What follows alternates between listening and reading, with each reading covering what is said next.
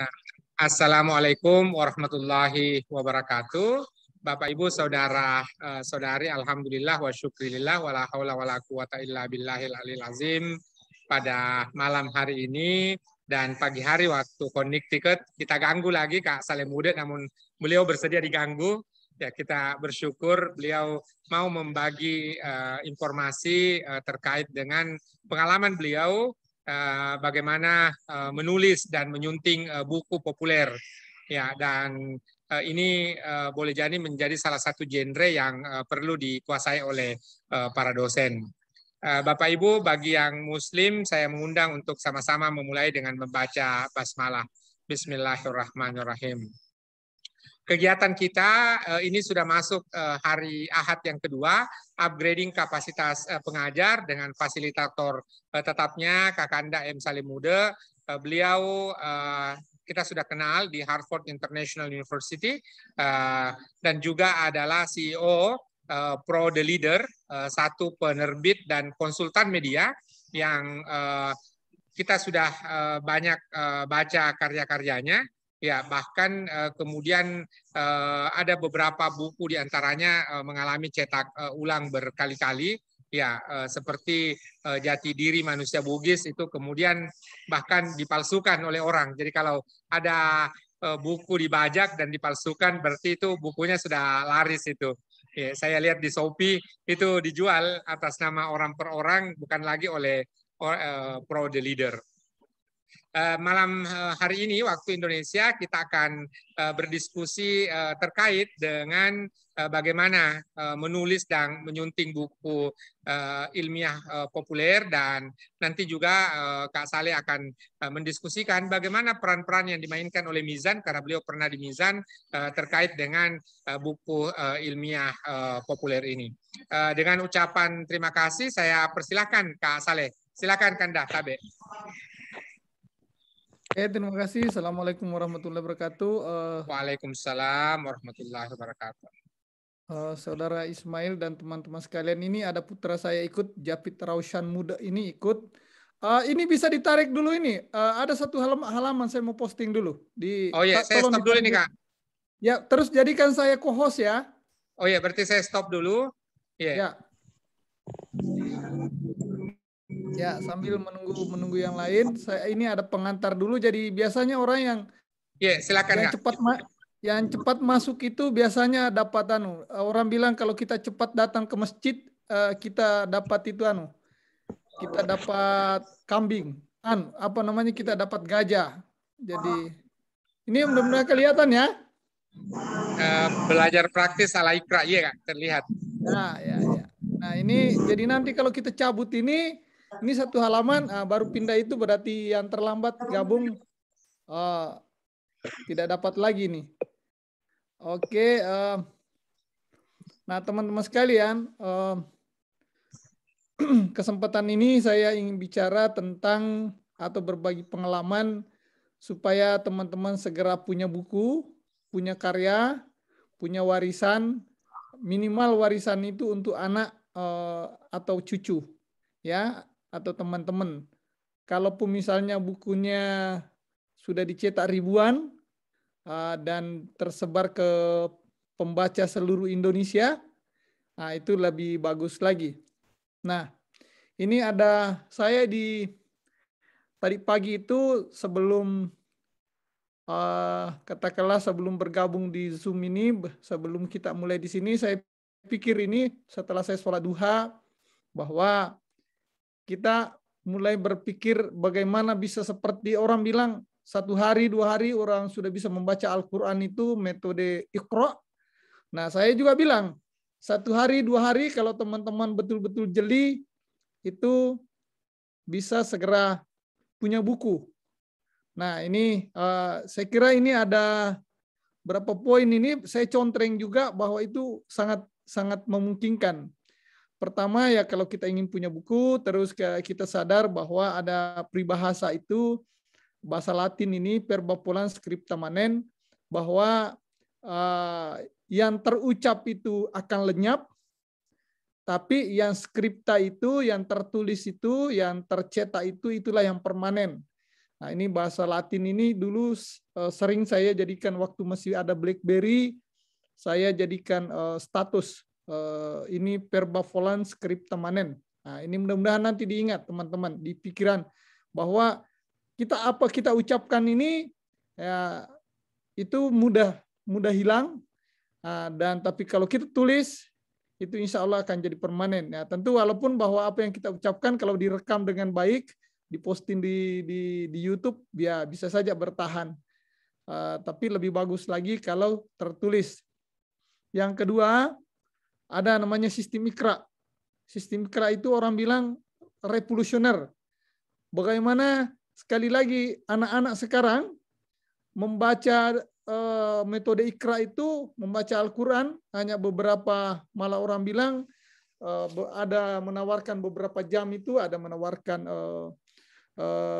katakanlah puluhan jam, ratusan jam, setelah itu orang sudah bisa membaca Al-Quran. Sama juga, kita mulai hari ini sama-sama Pak Dr. Ismail, kita belajar Iqra, sistem Iqra, bagaimana menulis buku.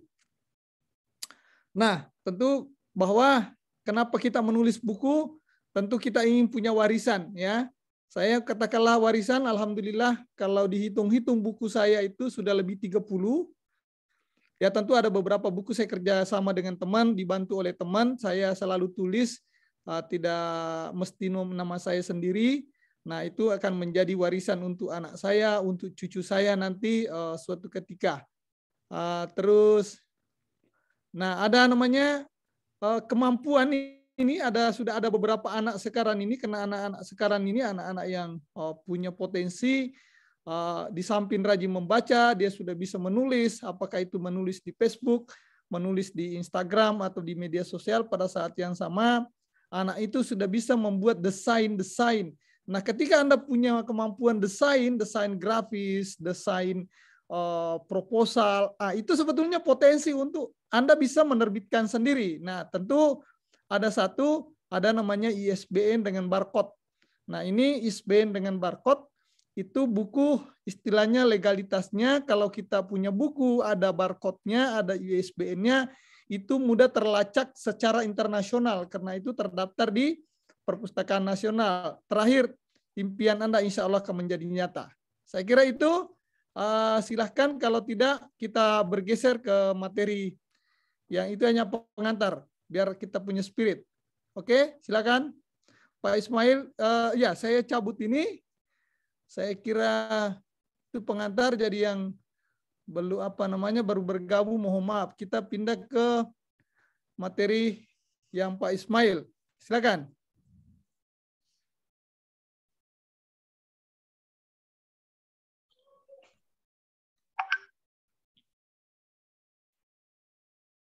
Oke, nah ini teman-teman sekalian. Oke, langsung saja halaman kedua Pak Ismail. Oh, ilmiah ya, bukan ilmuah biasa. Sorry, saya kadang juga salah tulis ini. Nah ini teman-teman sekalian, di mana harus dimulai? Tentu kita pemilihan judul ya. Ini ada satu link. Saya lihat bahwa rupanya supaya terstruktur cara kita membuat buku. Nah, memang itu perlu dimulai, namanya ada ide. Ketika misalnya saya mau menulis buku tentang kisah di Amerika, berarti itu sudah menjadi ide untuk menulis saya, dan mungkin saya bikin outline-nya. Outline-nya itu ya mungkin katakanlah mulai saya bercita-cita ke Amerika, terus kapan saya berangkat, tanggal berapa, apa yang saya lihat di jalan, begitupun sampai di sini, apa yang saya lihat. Itulah semua yang saya tulis dalam bentuk outline ya. Dan insya Allah saya sudah bilang sama beberapa teman-teman di sini, saya bilang nanti Anda kasih komentar buku saya, namanya endorsement, komentar singkat tentang buku saya akan menulis nanti mungkin dua bahasa, itu pengalaman saya selama di Amerika ya. Mungkin katakanlah 1 tahun di Amerika, berarti itu sudah satu tema menarik. 1 tahun di Amerika, nanti tahun kedua ada lagi buku. Nah, teman-teman sekarang kan banyak menulis selama bulan Ramadan itu. Bulan Ramadan ini dia tulis hari pertama sampai hari katakanlah puasa ke-29 atau ke-30. Nah, sama saya juga mau bilang bahwa 1 tahun pertama itu insya Allah saya mau menulis tentang pengalaman saya di Amerika. Nah, materi kedua teman-teman tentu banyak referensi, tentu ada referensi-referensi yang perlu kita referensi-referensi yang perlu kita baca, dan tentu itulah yang memberi kita juga perlu juga kita punya motivasi. Nah, terus ada genre. Genre buku itu. Nah, tentu buku itu jenisnya apa? Bukunya misalnya biografi, bukunya misalnya autobiografi, bukunya misalnya tentang tafsir. Ini ada teman saya yang bergabung di sini, namanya Pak Fuad dari Kementerian Agama. Dia akan mau menerbitkan bukunya yang bercorak tafsir. Ya, tentu itu corak lain lagi misalnya. Ada teman mungkin menulis tentang studi tokoh. Misalnya saya menulis tentang misalnya Pak Imam Besar Istiqlal, Pak Profesor Nasaruddin Umar misalnya dengan Pak Ismail Weka, berarti itu masuk buku biografi. Nah, terus ada batas waktu, teman-teman. Ya, tentu ada batas waktunya, teman-teman. Tentu kalau menulis tesis, tentu kita sadar bahwa tentu kita ada batas waktunya supaya cepat, begitupun disertasi. Dan bagaimana suka duka dalam ini tentu kita bicara di tempat yang lain. Terus ada namanya drafting. Nah, bagaimana draft buku dan begitupun calon pembaca. Nah, ini perlu calon pembacanya ya tentu kita perlu sekali lagi bahwa bagaimana buku setelah jadi itu perlu disentuh oleh, kalau memang kita masih khawatir kita punya masih pemula, itu biasanya buku kita minta tolong sama yang namanya auditor, ya walaupun tentu biasa ada honor profesionalnya seorang editor. Nah, tentu teman-teman bisa browsing berapa honor auditor itu di Google, misalnya ada per halaman katakanlah 10.000, ada 20.000. Nah, begitupun calon pembaca otomatis sudah terlihat bahwa segmennya teman-teman kalau menulis buku ya tentu bisa untuk umum, bisa untuk kalangan akademisi, kalangan kampus. Kira-kira tentu perlu banyak latihan dan ya itu banyak latihan, dan ketika buku diterbitkan itu memang sekali lagi idealnya ada ISBN dengan barcode-nya. Dan itu ada website-nya itu biar kelihatan bahwa saya tidak ngomong ngaco, kira-kira begitu. Oke, Pak Ismail, halaman kedua. Ya biasanya sih hanya beberapa halaman. Nah, teman-teman sekalian, dalam proses penerbitan buku itu, saya sudah alami, ada namanya pracetak. Nah, tentu ada namanya desain sampul, ada namanya layout. Ya, itu ditangani oleh sekali lagi orang-orang yang punya kemampuan mendesain sampul yang betul-betul bagus, tidak sekedar meletakkan gambar dan semua itu. Biasanya ada hak cipta ada keterangan kalau dia mengambil gambar di Google biar tidak ada masalah hukum belakangan. Terus begitupun dalam isi buku, tentu kita pilih buku itu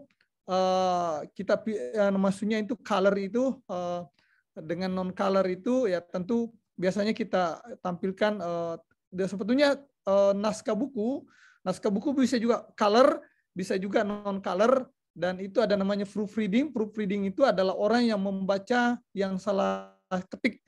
Masanya itu tadi harusnya tertulis color, tapi tertulis di situ color, berarti itu harus diperbaiki oleh orang-orang yang punya kemampuan proofreading. Nah, begitupun buku lengkap lagi kalau ada indeks. Karena saya itu sangat termasuk saya yang dikebut misalnya satu tugas 1 minggu, itu sangat tertolong ketika kita bisa membaca indeks, karena indeks itu bisa menjelaskan misalnya selain tentu daftar isi, ya sangat menolong sekali namanya indeks. Baru saya dulu waktu saya masih katakanlah pemula itu melihat buku apa artinya ini indeks. Ternyata indeks itu teman-teman sangat menolong, dan salah satu sinyal tandanya buku berkualitas itu kalau ada indeksnya. Nanti bukunya ini Pak Fuad dari Kementerian Agama, nanti kalau terbit bukunya saya berharap Pak Fuad kasih indeks nanti bukunya biar bukunya kelihatan benar. Iya, betul. Ya. Terus teman-teman tentu kita masuki pracetak. Nah, ada namanya dummy. Dummy itu sekali lagi itu tentu setelah di layout oleh seorang layouter, setelah ditata buku itu per halaman 1 sampai 100 misalnya, atau 1 sampai 50. Nah, itulah namanya buku kita cetak dulu, ada namanya buku sampel. Nah, biasa orang bilang dummy buku. Nah, setelah itu kita cetak sesuai kebutuhan. Nah, cetak sesuai kebutuhan sekarang, teman-teman sekalian, jangan lagi berharap cetak di percetakan besar. Itu mungkin menelan biaya. Apalagi kalau mau langsung cetak misalnya buku dalam jumlah ratusan, ya tentu memang harus dipercetakan. Tapi kalau teman-teman sekarang ini nanti kalau punya buku mau cetak buku hanya 10 dan bukunya itu cetak 10 buku, itu sudah seperti percetakan katakanlah seperti percetakan di Gramedia, seperti malah mungkin lebih bagus lagi, seperti percetakan di Mizan, seperti percetakan di Balai Pustaka. Oh, itu teman-teman bisa cetak di Kano Depok. Itu cetak 10 buku, cetak 20 buku, itu keren dan biayanya sekali lagi terjangkau. Nah, tentu setelah buku terbit, seperti kalau dulu saya bukunya Pak Yusril itu, saya cetak langsung buku misalnya 2.000 satu buku, berarti 2.000 buku. Nah, tentu kita perlu meluncuran, tentu kita perlu bedah buku. Nah, setelah itu buku kita resensi lagi, kasih orang-orang yang punya kemampuan meresensi buku, dan itu juga adalah iklan buku. Nah, tentu kita sekali lagi perlu juga yang namanya koleksi buku, koleksi file buku. Sekarang kalau misalnya teman-teman lebih akrab dengan online, media online, ya teman-teman juga, tapi tidak semua buku itu masuk di media online. Oke Pak, itulah namanya proses penulisan. Nanti kalau ada nanya lagi baru kita kembali lagi di sini Pak Ismail. Berikutnya. Nah, teman-teman sekalian, sebetulnya ini etika penulisannya, bagaimana mengutip buku, bagaimana menulis ibid, bagaimana menulis daftar pustaka. Ini standar internasional saya kasih, dan tentu teman-teman tinggal buka. Tapi kalau misalnya Pak Ismail mau berbaik hati, mau bukakan kita, lihat sepintas biar teman-teman bisa lihat linknya, bahwa ini link yang membantu kita untuk melihat yang namanya standar internasional dalam penulisan, karena ini kan dia bilang penulisan karya ilmiah. Ya, mudah-mudahan bisa terbuka.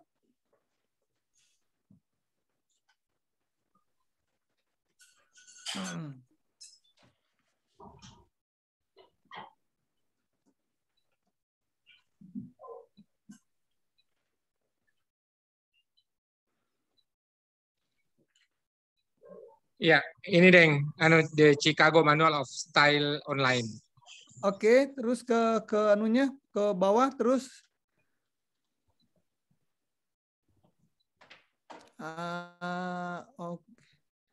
Lebih coba yang oh ya, librarian teacher student. Coba link kedua aja. Mungkin lebih praktis link kedua yang punyanya Hotpot.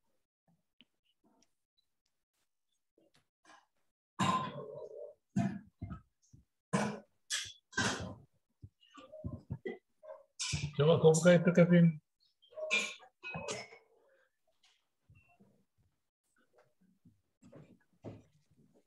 Belum masak mungkin itu. Bisa?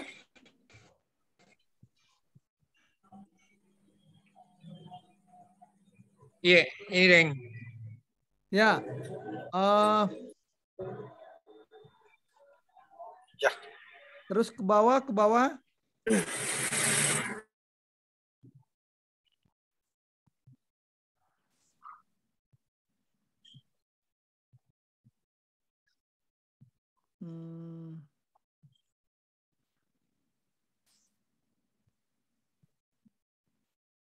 Coba ya, ini bagian paling bawahnya.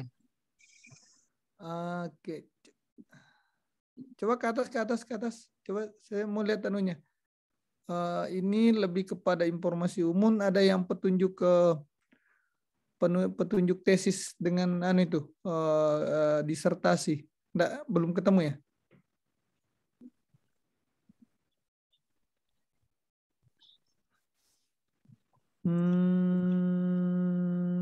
Terus ke atas. Nah, ini. Ya. Boleh. Ini Ya, ada ini resource. dissertation. Coba deh. Atau yang mana saya klik dengan books atau dissertation? Klik aja dulu salah satunya dulu. Nanti Iya. kita lihat.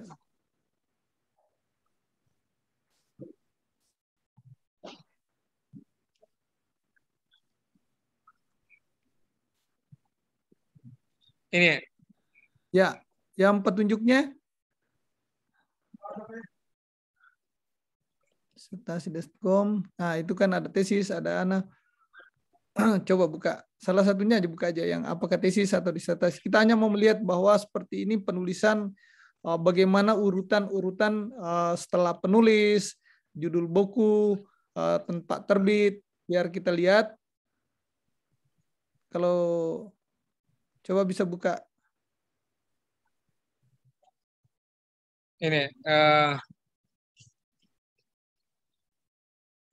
EBSCO open dissertation, dissertation via the DTL, dissertation in WordCat.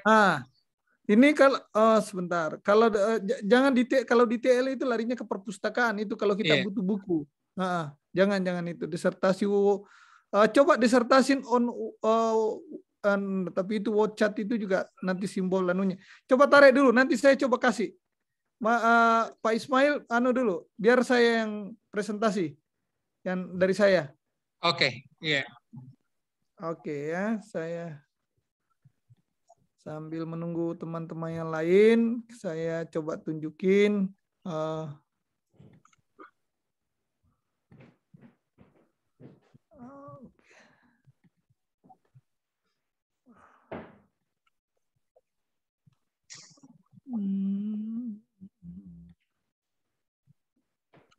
Kenapa enggak mau muncul anunya?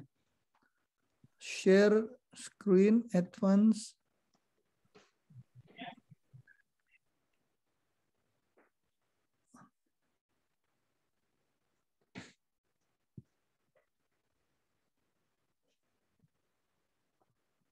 Apa?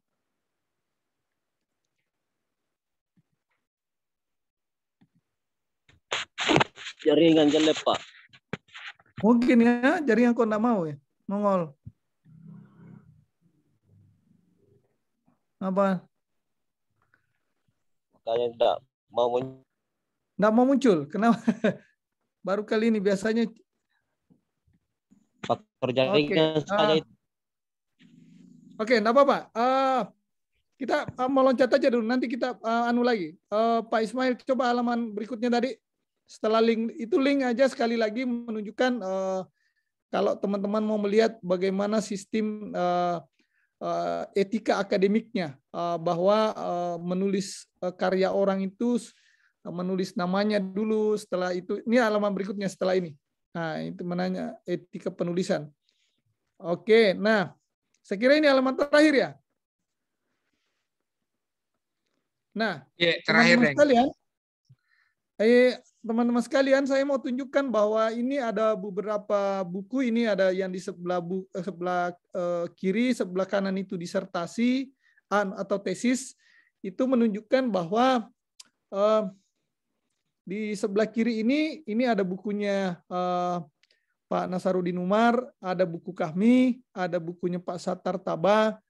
Nah, saya hanya mau tunjukkan bahwa 3 buku ini itu kuasanya Tuhan. Yang kedua mungkin juga spirit saya, semangat saya. Ini 3 buku ini teman-teman sekalian, itu tidak ada melewati 1 bulan saya kerja.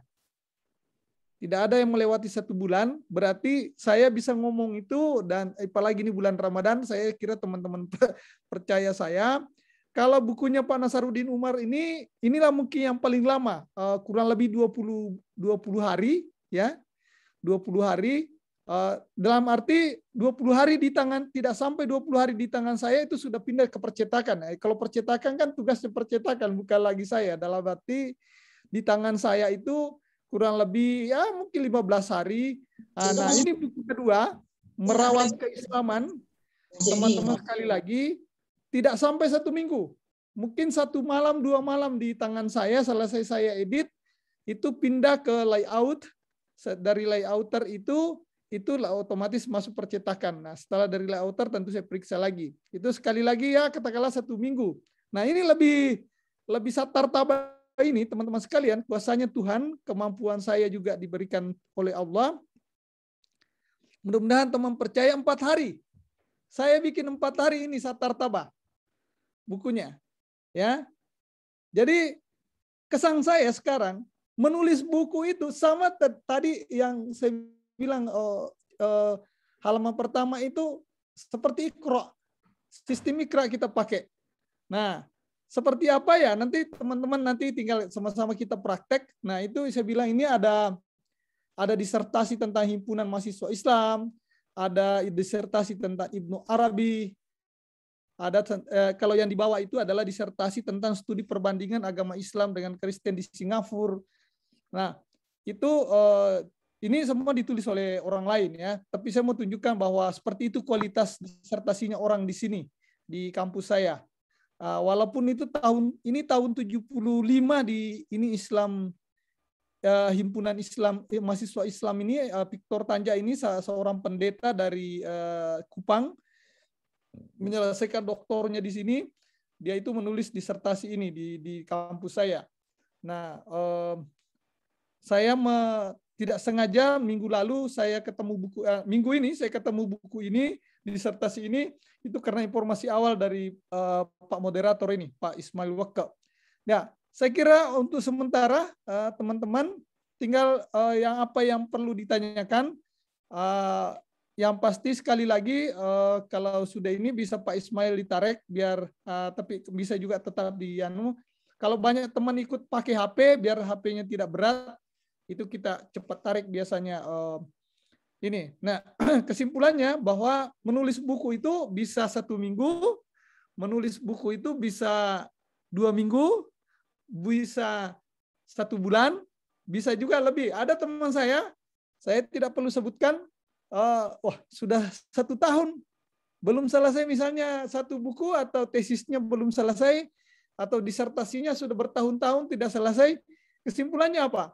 Tidak pernah memulai. Nah, pengalaman saya, kesan saya, pokoknya sentuh itu yang namanya apakah itu skripsi, apakah itu tesis, apakah itu disertasi, apakah itu berniat bikin buku, disentuh, sering-seringlah disentuh, nah sering-seringlah dibuka, dan itu biasanya bergerak 1 halaman, 2 halaman, 3 halaman. Nah, makanya saya bilang, kalau mau sistem Iqra, itu cepat sekali selesai. Nah, ini saya bilang ada teman baik saya ini dari Pak Puat ini orang Padang, dia sahabat lama saya. Kami sudah sahabat puluhan tahun di Jakarta dan beliau ini segera mau menerbitkan buku. Itu juga saya kira boleh nanti sharing pengalaman kalau misalnya kita kembali dulu. Saya kembalikan dulu kepada moderator. Terima kasih. Wassalamualaikum warahmatullahi wabarakatuh. Waalaikumsalam warahmatullahi wabarakatuh. Terima kasih Kak Saleh dan juga Bapak Ibu yang berkenan hadir. Ada dari satu perguruan tinggi yang baru di Selayar, Institut Teknologi Muhammadiyah, yang juga bersama-sama dengan kita pada malam hari ini, sekalipun diawali dan diprakarsai oleh kolega dari perguruan tinggi di Papua, sehingga base waktunya kita gunakan base waktu Papua. Namun alhamdulillah ada yang waktu Indonesia Tengah, waktu Indonesia Barat juga turut bergabung. Bapak Ibu, saudara-saudari, alhamdulillah itu tadi paling tidak bahwa buku bisa selesai dalam 1 bulan, bisa selesai kurang dari 1 bulan, tergantung bagaimana kita fokusnya. Ya, atau mungkin boleh jadi karena Kak Saleh sebelum memimpin Prode Leader ini, satu perusahaan konsultan media dan penerbitan buku, sudah bekerja di Mizan sehingga sudah terbiasa dengan pekerjaan ini. Ataukah memang sekalipun pemula Kak Saleh bisa menulis buku dalam 1 bulan atau seperti apa? Mohon penjelasannya, silahkan. Oke, teman-teman sekali lagi bahwa terutama teman-teman yang aktif di media sosial itu, saya sendiri kan walaupun tidak setiap saat atau setiap hari di Facebook, saya tuh melihat itu teman-teman itu ada sebagian orang itu setiap saat posting tentang tulisannya dia ya. Tentu beragam orang di situ, ada yang posting fotonya, ada posting apa namanya nasihat-nasihat agama apa, tetapi kesan saya bahwa Facebook itu sebetulnya adalah media atau katakanlah itu buku besar yang bisa menuntun kita untuk mulai menulis, dan ketika teman-teman sudah sering menulis, dan sekali lagi menulis itu kita bisa seperti tadi yang saya bilang, kita bisa menulis itu apa yang di pikiran kita, dan cara praktis itu kalau mau jadi penulis kesan saya dulu sebelum di Mizan itu saya sudah memang bermimpi menjadi penulis waktu saya kuliah di katakanlah di Alauddin di Makassar itu. Saya kuliah, saya sudah bersemangat, bercita-cita untuk senang kalau lihat koran dan senang kalau lihat baca tulisannya orang di koran, dan itulah yang mendorong saya bahwa ketika kebetulan saya masuk di UI, saya ketemu pemiliknya Mizan itu Pak Haidar Bagir, dan Pak Haidar Bagir menanya, Saleh, nanti kalau selesai kuliah di UI kamu mau kemana? Saya bilang saya mau kembali lah Pak ke Makassar. Enggak, jangan kembali ke Makassar. Saleh nanti gabung aja di Mizan, nanti bantu-bantulah di Mizan. Tapi alhamdulillah memang hubungan saya dengan beliau karena satu kelas ya di UI. Nah alhamdulillah saya masuk di Mizan itu, masuk perusahaan yang orang bilang perusahaan besar. Saya tidak dites, saya tidak dimintai biodata, tidak dimintai KTP. Pokoknya saya masuk dan alhamdulillah langsung jadi manajer. Nah saya bilang, wah ini orang kampung jadi manajer ini, karena saya dari kampung, wah orang kampung jadi manajer bangga juga nih. Jadi alhamdulillah saya langsung dibikin satu anak perusahaan di Mizan itu namanya Teraju, khusus untuk buku-buku filsafat dan pemikiran Islam. Dan saya alhamdulillah disuruh pimpin, tapi kurang lebih tidak sampai 3 tahun saya di situ. Tapi saya bilang teman-teman, selama di Mizan itu saya memang memikirkan bagaimana menjadi orang yang, kalau bahasa teman sekali itu Wahyudin itu, bagaimana saya menjadi dukun beranak. Dukun beranak itu tugasnya bagaimana bisa buku itu keluar dari, atau anak itu keluar dari rahimnya. Begitupun kalau ada orang punya tulisan, misalnya Pak Komarudin Hidayat, terus siapa misalnya lagi penulis yang saya bantu dulu itu, termasuk Tarik Ramadan dari Eropa itu bagaimana bukunya itu kita bisa katakanlah, ada juga buku tentang radikalisme dulu dalam Islam itu, teman saya termasuk bukunya Pak Liafi, nah artinya bukunya A.M. Patwa almarhum, itulah yang mendorong saya. Titik komanya itu saya bilang, saya bisa ngomong, saya bisa bagi kepada teman-teman sekarang itu kemampuan saya bagaimana mulai melihat buku itu berbentuk disertasi, tesis, atau skripsi, atau kekumpulan tulisan.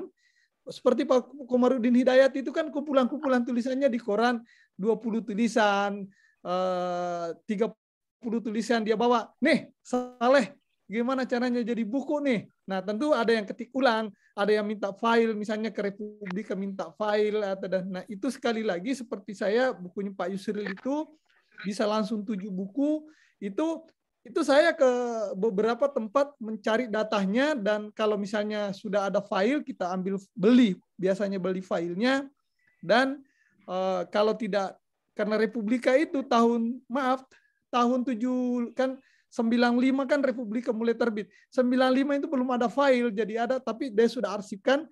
Saya harus foto dan saya harus ketik ulang.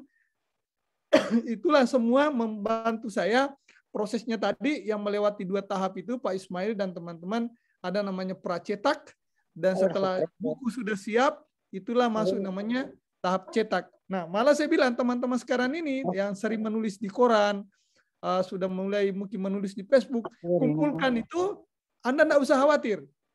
Kasih yang namanya editor. Editor itu, 2-3 hari yang lalu saya ada komunikasi dengan satu tokoh. Dia bilang, saya banyak ini, belum banyak belum percaya diri menerbitkan. Saya bilang begini aja Bang, nanti kumpulkan itu puluhan halaman, itu nanti ada editor itu yang membantu kembangkan menjadi nanti misalnya 100 halaman. Saya bilang bisa. Oh iya bisa saya bilang. Nah itulah tujuannya teman-teman, kalau kita punya kemampuan yang itu seperti tadi, orang bikin, katakanlah kalau bikin buku itu adalah bikin kue, kita bisa membantu orang bagaimana mengajarkan, mulai membeli bahan-bahannya, mulai menyiapkan bahan-bahannya sampai terbit bukunya. Kira-kira begitu Pak Ismail.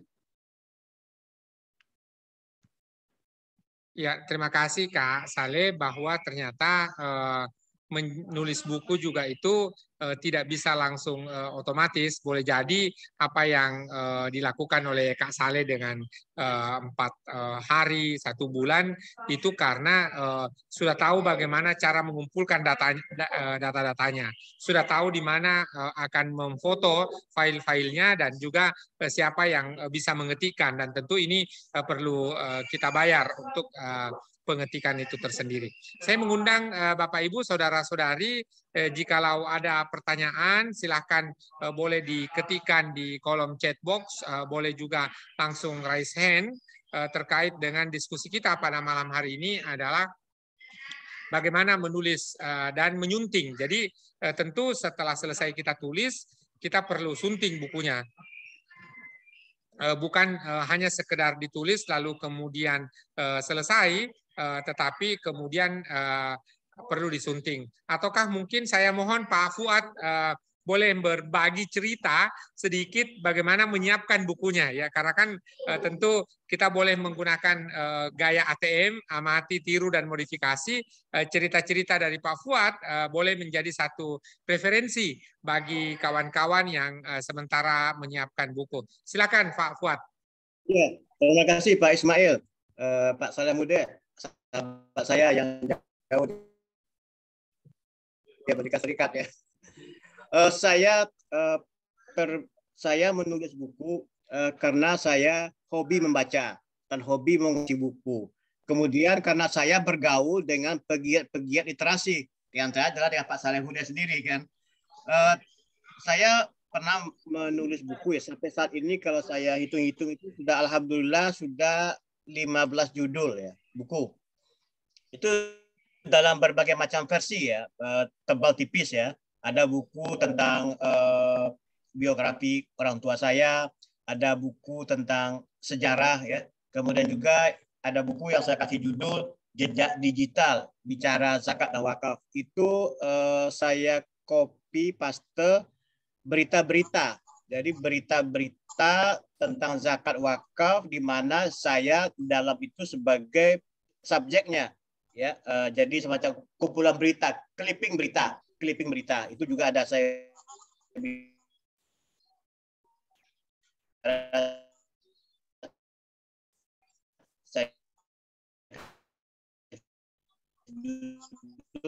dengan jejak digital. Itu juga tentang sejarah Islam dan Muslim dan Islam,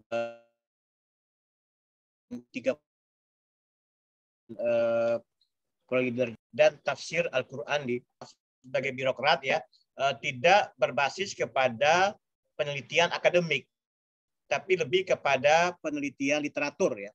Dari penelitian literatur dari sumber-sumber yang otentik, sumber-sumber yang otoritatif, itulah saya menyusun buku itu. Tentu saya juga terus belajar ya, menimba ilmu ya, termasuk dalam forum webinar ini, dan pengalaman saya selama ini ya, ketika saya mempelajari ya, mengamati gaya-gaya para tokoh, para penulis, para senior itu kan bermacam-macam. Saya mengamati karya Buya Hamka, karya Muhammad Nasir, kayak Pak Yusril, Pak Ali Yafi, Pak Quraish Shihab yang kontemporer kan. Nah itu semua saya berupaya bagaimana menemukan jati diri saya sebagai penulis ya. Meskipun saya terus belajar ya, jati diri dengan memadukan segala rangkaian panjang pengalaman intelektual saya sebagai peminat buku ya. Jadi saya tidak mengidentikan diri saya, oh gaya orang tertentu kan. Sehingga dengan membangun jati diri, kekhasan saya punya tulisan itu, orang akan mengenal, oh ini tulisannya Fuad Nassar kan. Sehingga kalau kita di media sosial atau di media online, ya meskipun itu orang mengcopy paste dari tulisan saya, tetapi dengan menunjukkan saya punya jati diri, saya sendiri, orang lain bisa menerba, oh itu adalah tulisan saya. Jadi saya berusaha membangun kekhasan, gaya bahasa, gaya penuturan tentang cukup juga terinspirasi juga dari tulisannya Pak Rosian Anwar ya, Pak Rosian Anwar, wartawan senior ya. Beliau kan juga banyak menulis tentang sejarah, tentang biografi, in memoriam tokoh-tokoh yang berpulang. Nah, ketika saya juga beberapa tulisan saya baik di website dan itu ya, saya nulis tentang mengenang tokoh-tokoh yang berpulang. Ya itu saya juga banyak belajar dari gaya bertutur Pak Rosian Anwar. Jadi pada awal-awal saya menulis itu tentang sejak mahasiswa ya, saya kan ya mungkin prinsip ekonomi kata belum saya kenal ya. Tapi sekarang saya berusaha prinsip ekonomi kata, arti kata dalam satu kalimat, satu paragraf itu betul-betul efektif dan menghindari kalimat-kalimat yang mubazir ya. Ketika itu bisa dijadikan satu alinea, tidak usah dijadikan dua alinea. Itu juga saya perkuat, saya pelajari, dan ya mudah-mudahan lah di waktu ke waktu saya bisa menghasilkan tulisan yang sesuai dengan standar penulisan ilmiah populer. Berkali demikian. Terima kasih Pak Ismail dan Pak Saleh. Wassalamualaikum warahmatullahi wabarakatuh. Waalaikumsalam warahmatullahi wabarakatuh. Terima kasih Pak Fuad Nassar. Beliau memberikan tips dan trik untuk menulis adalah pertama adalah menemukan gaya kita masing-masing. Jadi orang lain boleh punya gaya, tetapi kemudian dalam kaitan kita menulis, kita harus punya gaya tersendiri. Itu yang pertama. Kemudian yang kedua adalah menulis buku bisa berbagai macam cara. Ada dimulai dari kumpulan tulisan di media sosial, boleh kumpulan tulisan yang menjadikan kalau seperti contoh dari Pak Fuad Nassar ketika beliau menjadi sumber berita, maka itu dikumpulkan menjadi buku tersendiri, dan bahkan boleh jadi juga kita menulis biografi orang tua kita masing-masing, karena yang paling mengenal salah satunya orang tua kita adalah kita sendiri, para anak-anaknya. Ya, dengan demikian ini menjadi sebuah hal. Nah, silakan Bapak Ibu, saya mengundang kalau ada pertanyaan, ada hal-hal yang mau ditanyakan dalam kaitan dengan topik kita malam hari ini. Ini adalah hari Minggu kedua kita diskusi terkait dengan upgrading kapasitas pengajar, dan kalau hari Minggu yang lalu kita bicara bagaimana pemanfaatan e-learning, lalu kemudian malam hari ini kita bicara bagaimana menulis dan menyunting sebuah buku. Ada pertanyaan ini Kak Saleh. Bagaimana kemudian Kak Saleh bisa punya sebuah ide untuk menulis, dan ketika sudah punya ide ini justru kurang lebih 1 bulan itu sudah bisa selesai. Ya, sehingga ini kan tentu sudah pernah dilakukan dan direplikasi, diulang-ulangi terus sehingga kemudian bisa produktif. Mungkin Kak Saleh boleh share terkait dengan pertanyaan ini. Silahkan. Terima kasih. Sekali lagi saya bilang bahwa saya selalu sadar bahwa menulis itu kata orang, teman-teman bilang begini, katakanlah saya kira penulis-penulis kelas dunia pun sudah berpesan bahwa apa yang Anda lihat, apa yang Anda rasakan, apa yang Anda telah baca, apa yang Anda telah menurut Anda sangat berkesan, tulis. Nah, itu cikal bakal merangsang kita punya karena saya kira semua orang punya bakat menulis sekarang. Semua orang punya bakat kepingin orang yang namanya menunjukkan bahwa dia eksis, dia ada. Nah, untuk menunjukkan itu, sekali lagi teman-teman, dan ini Pak Fuad sangat sangat konkret contohnya menulis biografi orang tua kita masing-masing seperti penekanannya tadi Pak Ismail, dan saya kira itu sangat bagus. Dan saya di Facebook itu saya pernah tulis bapak saya itu tapi sekali lagi itu masih karena mungkin saya tulis katakanlah beberapa tahunnya lalu, perlu saya mungkin nanti cari kesempatan menulis supaya lebih utuh lagi, dan ya sekali lagi itu menulis misalnya biografinya bapak kita, ibu kita, mungkin ada kakak kandung kita atau adik kita, atau mungkin seperti saya bisa tulis anak saya bisa tulis mungkin katakanlah tentang istri saya bisa tulis tentang guru saya. Nah misalnya itu saya bilang, saya kira beberapa guru saya sudah tulis saya tulis di Facebook, baik guru, terutama guru saya di SMP. Ada guru saya di SMP itu teman-teman, kenapa saya harus tulis dibanding yang lain lebih prioritas? Ternyata dia mengajari saya dulu kesusastraan atau bahasa Indonesia, dan saya sadar sampai hari ini punya kemampuan menulis itu karena saya dulu diajar sama beliau, namanya Andi Rusdi Dakda. Dia sekarang ada di Rapang. Saya alhamdulillah 2 tahun yang lalu atau 3 tahun lalu saya ada di kampung. Saya pergi kunjungi dan saya beritahu beliau, Pak, Bapak dulu telah mengajar saya kesusastraan, Bapak dulu saya mengajar bahasa Indonesia dan waktu saya SMP, dan saya sekarang alhamdulillah sudah bisa menulis puluhan buku. Nah, kesimpulannya apa, Pak Ismail? Kesan saya juga bahwa ini yang saya bilang, guru saya ini mengajarkan, disuruh kita, karena dulu belum ada Facebook, dulu belum ada Twitter, belum ada Instagram. Dulu kita diajari menulis namanya daily activity, menulis catatan harian. Saya kira teman-teman dulu punya buku namanya Selper, Salam Perkenalan.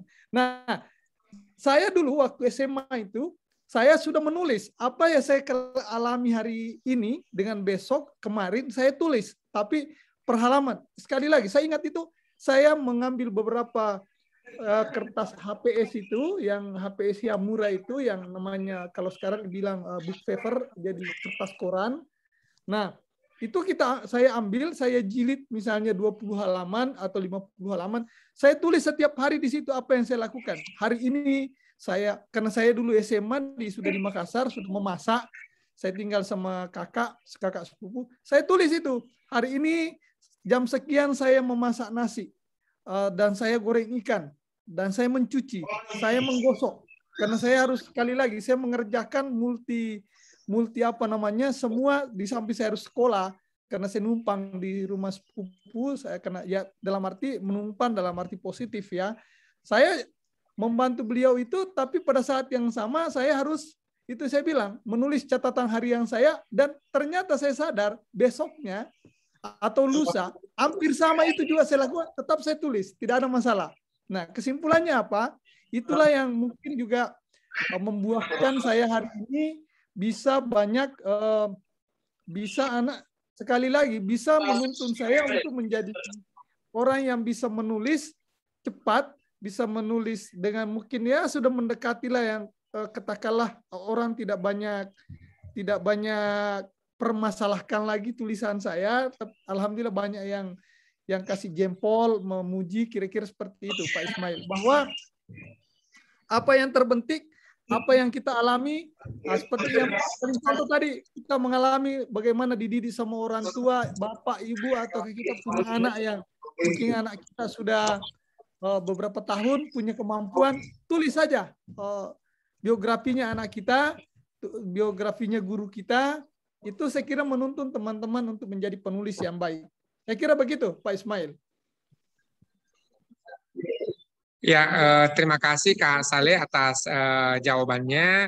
Jadi Bapak Ibu, dalam kaitan dengan menulis adalah juga ketekunan, istiqomah, dan juga fokus. Ya, ketika kita kemudian mulai mengeditnya sedikit demi sedikit, maka tentu ini akan menjadi sebuah kesempatan bagi kita untuk menyelesaikannya. Kalau saat menulis tesis, disertasi, atau apapun itu, dan bisa menjadi bertahun-tahun, mungkin saja karena memang kita tidak fokus dan tidak melakukannya. Namun demikian, pada saat yang sama adalah kita perlu juga menyemangati diri sendiri bagaimana kita bisa menuntaskan ya tugas-tugas seperti itu kalau tidak dimulai dari keinginan kita ataupun target dari kita.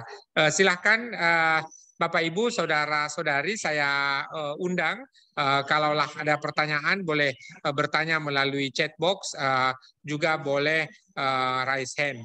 Ya, ini ada pertanyaan Kak Saleh dari Zulfadli, dosen di Fatahul Muluk di YAIN Fatahul Muluk Jayapura.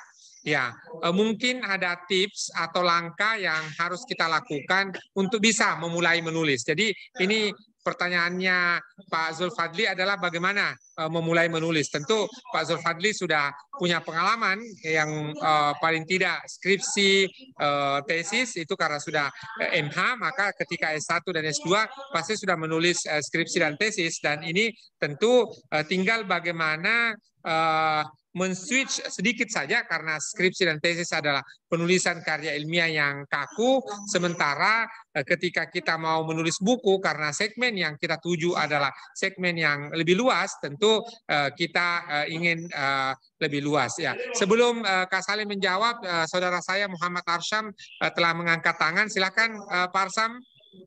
Oke, terima kasih banyak Prof. Ismail, Kanda Prof.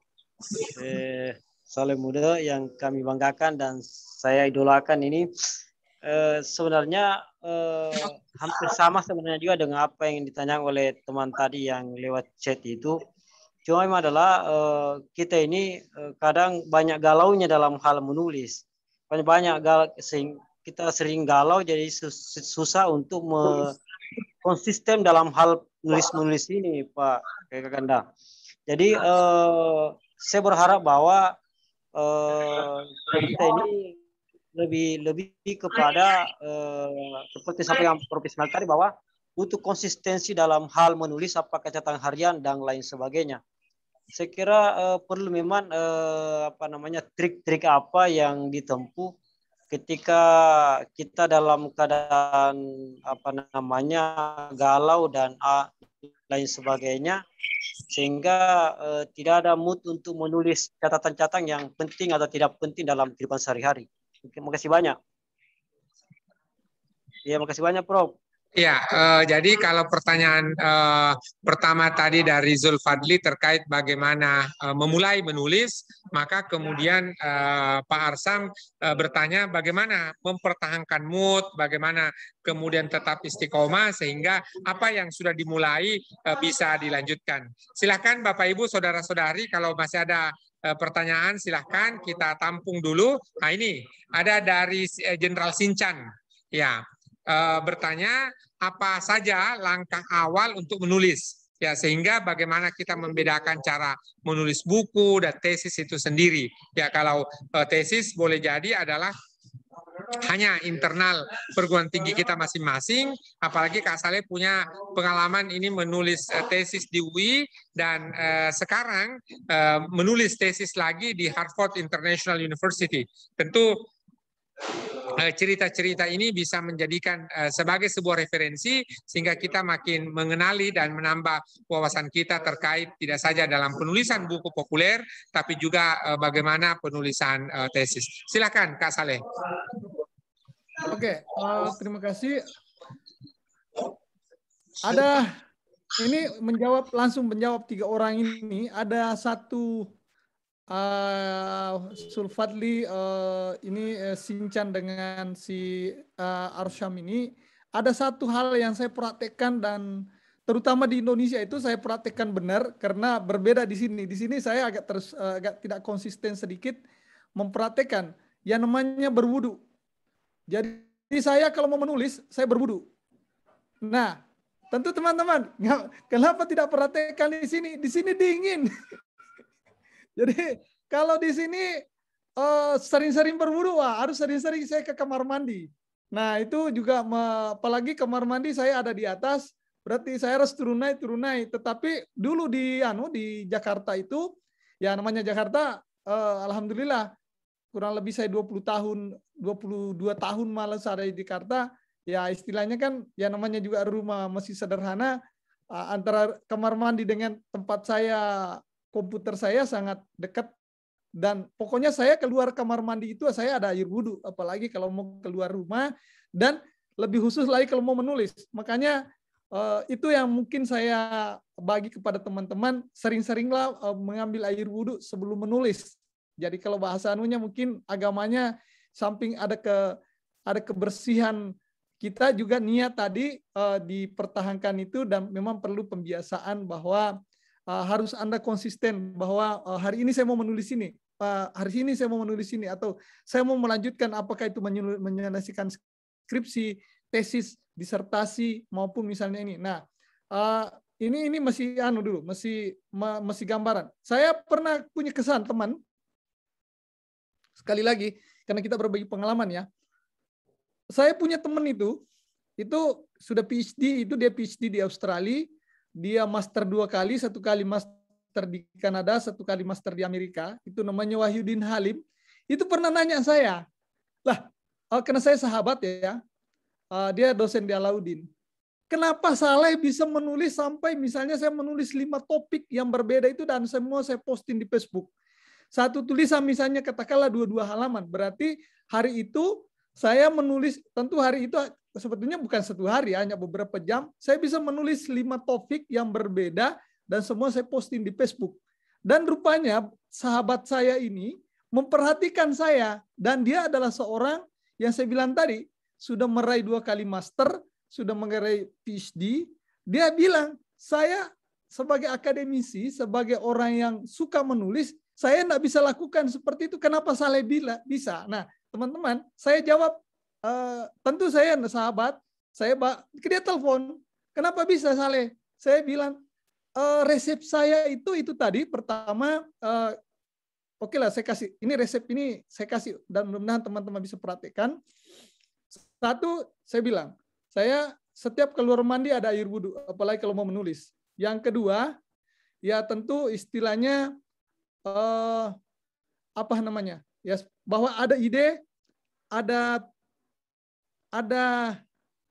keinginan, tulis. Saya langsung tulis. Yang ketiga, bahwa ya memang apa namanya, saya itu di depan Ka'bah. Saya alhamdulillah 2017 itu Agustus September saya sudah dapat rezeki dipanggil oleh Allah itu ke Baitullah. Satu permintaan saya, salah satu ya, saya tentu mendoakan orang tua, mendoakan anak istri saya, mendoakan diri saya. Nah, satu permintaan saya itu di depan Ka'bah, ya Allah, tuntun saya ya Allah, bimbing saya ya Allah, saya mau menjadi penulis yang baik. Biar tulisan saya itu bermanfaat bagi saya, bagi keluarga saya, bagi orang lain.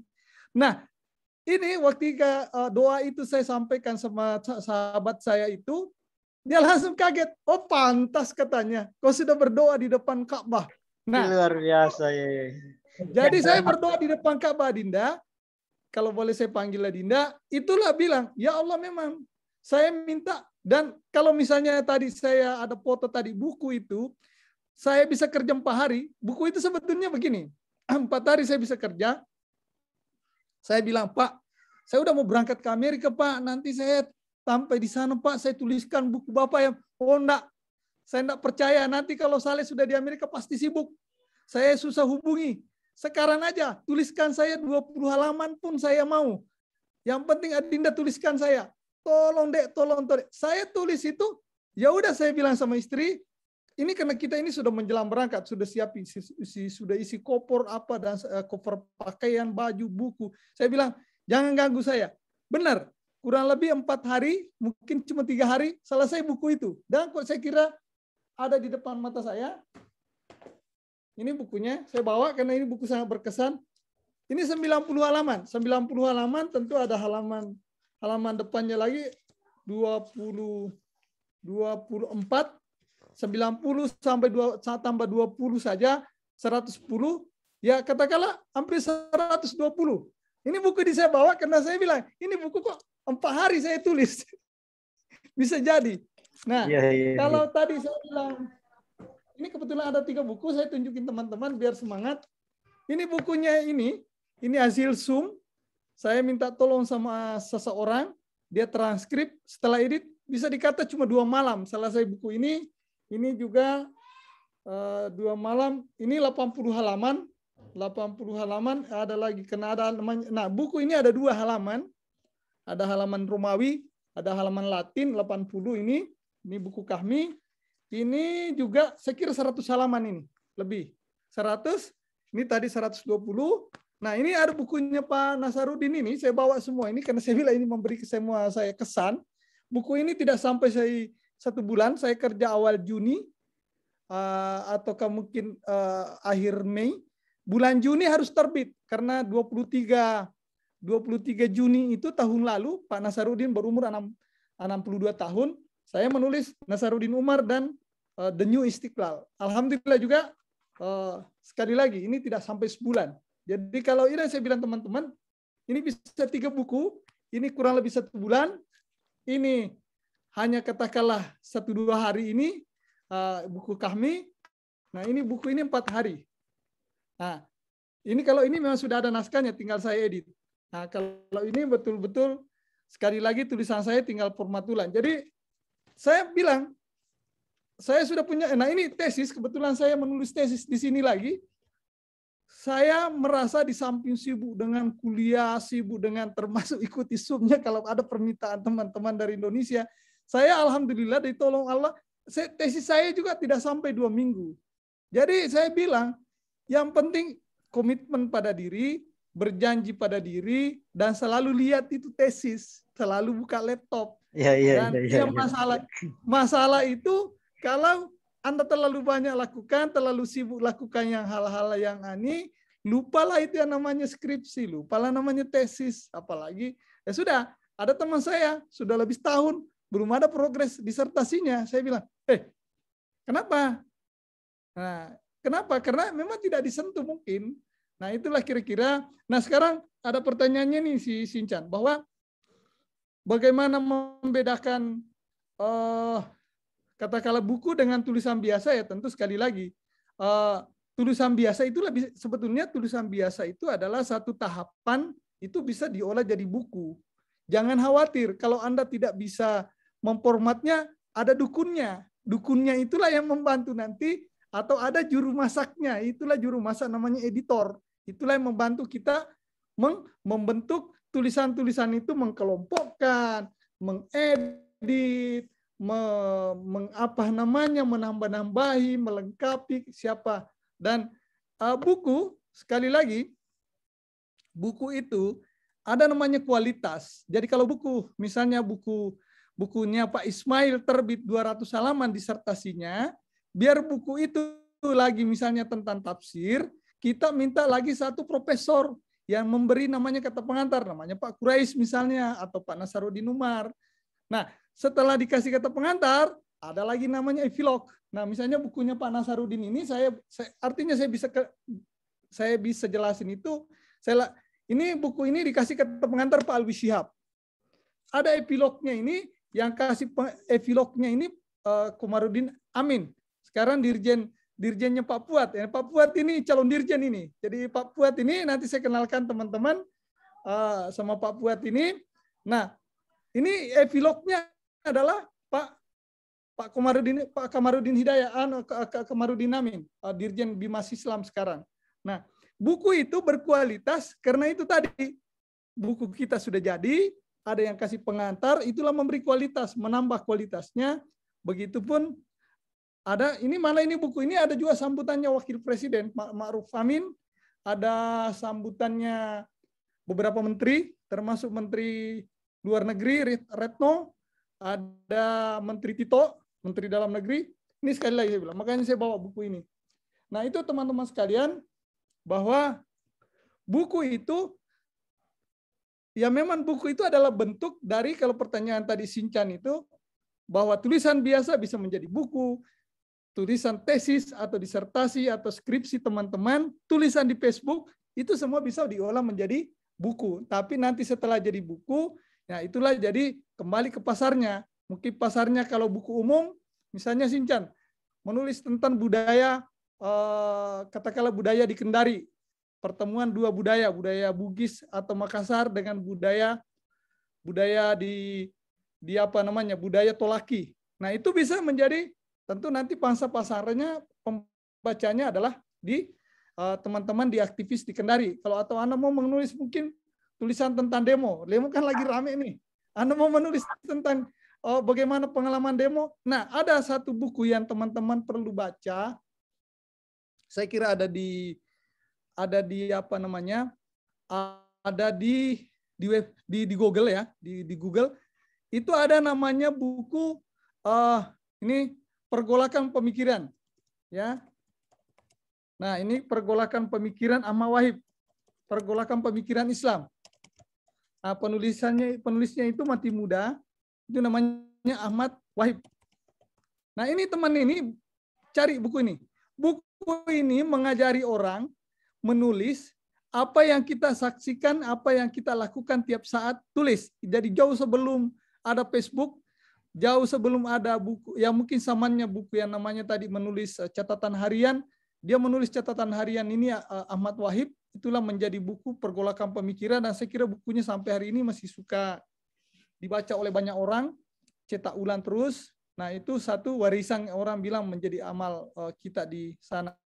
Saya kira itu teman-teman sudah bisa membedakan mana buku, mana intinya tadi apa yang kita apa namanya pikirkan silahkan tulis, dan kalau sudah menjadi tulisan kumpulkan, apalagi yang namanya tesis, nah itulah menjadi nanti buku ketika disentuh oleh orang-orang yang punya skill dalam perbukuan.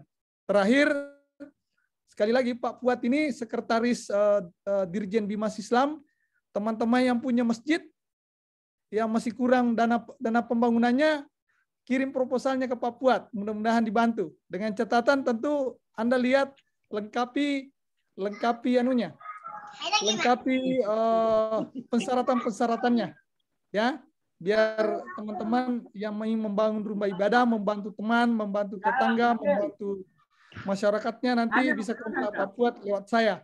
Jadi karena Pak Fuad ini trauma, pernah disadap, pernah dihack oleh seseorang yang tidak bertanggung jawab, ya, makanya dia agak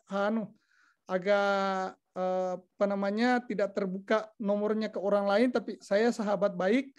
Nah, nanti kalau mau hubungi Pak Fuad bisa lewat saya, biar beliau karena beliau adalah birokrat tidak boleh diganggu, ya. Nah, kira-kira begitu teman-teman. Silakan. Itu ada Pak Ridwan tuh mau bicara tuh Pak. Ya, terima kasih Kak Saleh. Sebelum saya mohonkan kepada Pak Ridwan, ada juga pertanyaan dari Pak Suwardi Tahir.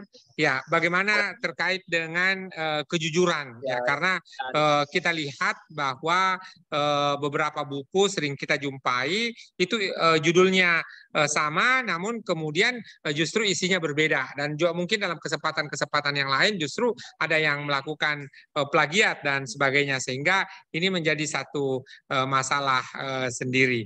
Nah, yang kedua, ada juga masih pertanyaan dari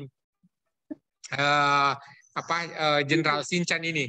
Ya, jadi bagaimana syarat sebuah buku ini, ya, sehingga bisa berjalan. Sebelum itu, silahkan Pak Ridwan sudah angkat tangan untuk raise hand untuk mengajukan pertanyaan supaya kita tampung dulu. Alhamdulillah kita masih punya waktu yang lowong kurang lebih 19 menit ke depan sampai berakhir, sehingga kemudian yang masih bertanya boleh raise hand, dan silakan nanti akan dijawab satu persatu oleh Kak Saleh. Silakan Pak Ridwan.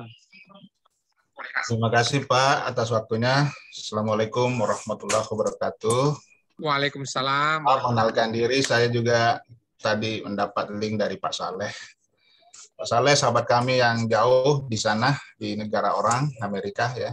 Mungkin masih puasa kali Pak Saleh ya di sana.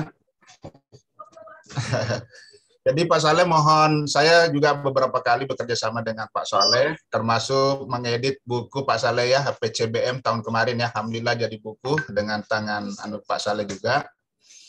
Cuma ingin juga mendapat satu trip dari Pak Saleh itu tadi selain berwudu mungkin ada waktu-waktu tertentu, misalkan apakah subuh hari atau malam hari, pengalaman Pak Saleh itu kira-kira itu ide-ide itu keluar itu di malam hari atau subuh hari seperti apa mungkin Pak ya. Mungkin yang kedua dan terakhir adalah memang sebagai tadi pertanyaan pertama tadi kan, tapi sekarang kan udah ada software Pak namanya Turnitin salah satunya itu untuk mengecek kesamaannya ya.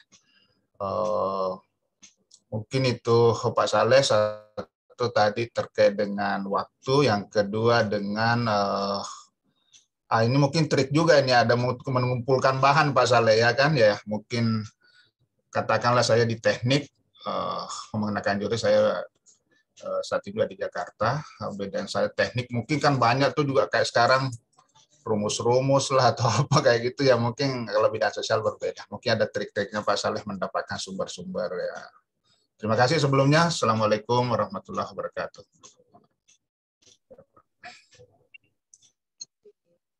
Terima kasih Pak Ridwan dan juga pertanyaan di kolom chat tadi. Jadi sederhananya bahwa sudah diberikan juga tips oleh Pak Ridwan bahwa ketika kita menulis sudah ada aplikasi yang namanya Turnitin yang kita bisa gunakan untuk mengecek kesamaan dari karya yang kita hasilkan. Yang berikutnya lagi bahwa kalau tadi salah satu tips dan trik yang dilakukan oleh Kak Saleh bagaimana berdoa langsung di depan Baitullah, lalu kemudian berwudu, maka boleh jadi adalah kalau dalam doa itu ada waktu-waktu doa yang mustajab, maka boleh jadi ada waktu-waktu yang dalam pengalaman Kak Saleh itu bagaimana bisa menulis sehingga bisa tetap produktif.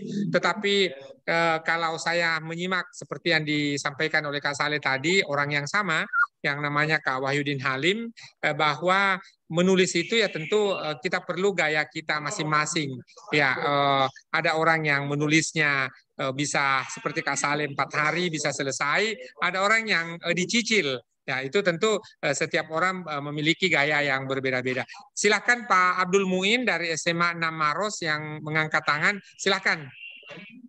Baik, bismillahirrahmanirrahim. Assalamualaikum warahmatullahi wabarakatuh. Waalaikumsalam warahmatullahi wabarakatuh. Baik, ada hal yang mungkin bagi saya sendiri secara pribadi untuk memulai sebuah kata itu sangat sulit sekali. Artinya dalam merangkai kata-kata bagi kami itu kita tidak tahu mulai dari mana. Yang biasanya pengalaman secara pribadi yaitu dulu apa yang kami alami sendiri itu kalau saya sendiri secara pribadi kalau membuat sebuah tulisan. Yang mungkin menjadi pertanyaan bagi kami, kira-kira bagaimana kira-kira teknik atau cara tersendiri untuk sehingga tidak terkesan bahwa yang kami lakukan itu adalah umumnya adalah hasil yang sudah menjadi kreator orang lain. Dalam arti bahwa pada prinsipnya bahwa yang kami buat itu sebenarnya orang sudah ciptakan. Kira-kira ada teknik tersendiri yang kami bisa lakukan sehingga tidak terkesan bahwa itu adalah sebuah plagiat ataupun sebuah dari karya lain. Terima kasih. Assalamualaikum warahmatullahi wabarakatuh. Waalaikumsalam warahmatullahi wabarakatuh. Terima kasih Pak Muin dari SMA 6 Maros yang berkenan bergabung pada kesempatan kali ini dan telah mengajukan pertanyaan. Jadi dari beberapa tadi baik di kolom chat maupun di pertanyaan langsung Kak Saleh, pertanyaan pertama bagaimana kita menghasilkan sebuah karya, adakah syarat-syaratnya dan sebagainya.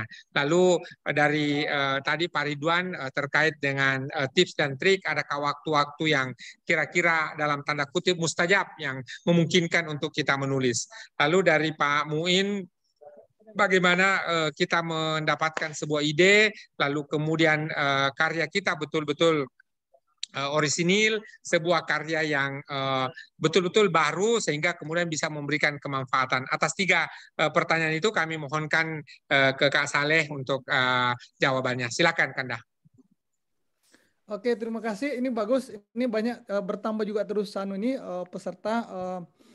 Pada saya bilang, bayangan saya itu seperti saya, Pak Ismail, kurang 10 orang pun itu sudah sangat bagus. Kita bisa diskusi dengan baik, tapi kalau lebih 10, lebih 20, alhamdulillah lagi. Oke, jadi saya jawab dulu mulai dari Pak Ridwan ya. Dan saya kira itu pertanyaan yang sangat menurut saya, alhamdulillah saya alami. Jadi kalau misalnya Pak Ridwan tadi tanya waktu yang sering saya lakukan, walaupun mungkin berbeda-beda teman-teman, itu Pak Ridwan saya lakukan, amalkan itu setelah saya sholat duha, Pak. Jadi setelah saya sholat duha, jadi oke, kisarannya itu waktu di Indonesia, karena saya juga bilang amalan sholat duha itu saya sudah mungkin alhamdulillah sudah puluhan tahun saya amalkan, dan malah teman nanya, itu selalu amalan yang bagus. Itu saya, dan sholat duha tidak perlu, kalau saya ya tentu teman-teman beda. Kalau teman-teman mau melakukan sholat duha lebih dari 2 rakaat ya tentu lebih bagus lagi. Saya konsisten saya itu yang penting saya lakukan dalam arti saya amalkan tiap hari itu, jarang ada yang terlewatkan dalam setiap hari itu sholat duha termasuk Sabtu Minggu. Dan sholat duha itu otomatis ya kisaran lah kalau di Indonesia itu jam-jam 7, jam 8 sebelum jam katakanlah sebelum menjelang duhur ya. Nah 2 rakaat saya kira tidak sampai 5 menit, dan setelah itu apalagi saya bilang tentu ketika kita sudah sholat duha tentu laptop mulai menulis. Nah itu satu bentuk.